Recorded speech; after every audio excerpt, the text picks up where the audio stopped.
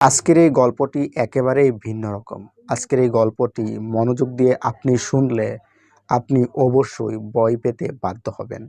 যদিও আপনি ভূত-প্রেত এগুলো বিশ্বাস করেন না, তারপরেও আজকের এই গল্পটি আপনাকে বাধ্য করবে এগুলো বিশ্বাস করাতে।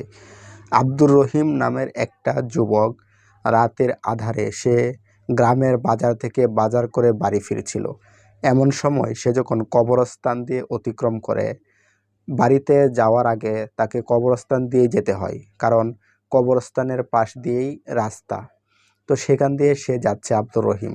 হঠাৎ করে সে দেখতে পেল কবরস্থানের মাঝখানে একটা বাচ্চা শিশু কান্না করছে, এবং সেই শিশুটি একেবারেই ছোট।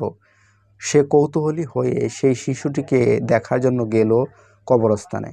গিয়ে দেখে বাচ্চা শিশুটি আরও জোরে কান্না করছে, কিন্তু শিশুটিকে বেশি একটা ভালোভাবে দেখা যাচ্ছে না। আব্দুর রহিম মনে মনে ভয় পেয়ে গেল, এবং ভয় পাওয়া সত্ত্বেও সে সেখানে গিয়ে দেখলো একটা শিশু কান্না করছে, এবং সেই শিশুটির পরনে কোনো কাপড় নেই। শিশুটিকে দেখে মনে হচ্ছে প্রায় 1 মাস হলো কোনো খাওয়া দাওয়া করেনি, এটাই দেখে মনে হচ্ছে। তার চেহারার দিকে তাকালে এমনটাই বোঝা যায়। তো সে শিশুটিকে যখন কোলে নিল, তখন দেখলো শিশুটি একেবারেই চুপ হয়ে গেছে, আর কোনো কান্না করছে না। মূলত এই শিশুটি কোনো মানুষ ছিল না, এই শিশুটি একটা জিন ছিল। আব্দুর রহিমকে ফাঁদে ফেলার জন্য একটা ফাঁদ পাতা হয়েছিল, এবং জিন এই বাচ্চাটি সে আব্দুর রহিমকে বিপদে ফেলার জন্যই একটা কান্নার বাহানা করেছিল। কান্নার বাহানা করে সেই কবরস্থানে বসেছিল। আব্দুর রহিম যখন বুঝতে পারলো না যে এটা একটা পাতানো ফাঁদ, তখনই সে বিপদটা তার দিকে ডেকে আনলো। এরপর যখন কোলে নিল আব্দুর রহিম শিশুটিকে, তখন শিশুটি আব্দুর রহিমের মাথায় উঠে বসলো এবং জোরে জোরে আঘাত করতে লাগলো আব্দুর রহিমকে। আব্দুর রহিমের আর বুঝতে বাকি রইল না যে এটা স্বাভাবিক কোনো মানুষ না।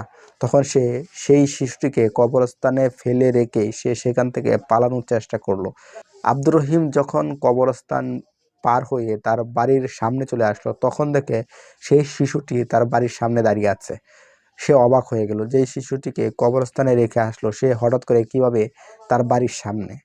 এটা দেখে আব্দুর রহিম সেখানে অজ্ঞান হয়ে পড়ে গেল, এবং পরের দিন সকালে তার স্ত্রী দেখলো যে আব্দুর রহিম ঘরের সামনে পড়ে আছে অজ্ঞান অবস্থায়। তখন তাকে জ্ঞান ফিরানো হলো এবং জিজ্ঞাসা করা হলো, কি হয়েছে, সারা রাত তুমি কোথায় ছিলে? তখন সে বলেছে তার সাথে ঘটে যাওয়া ঘটনা।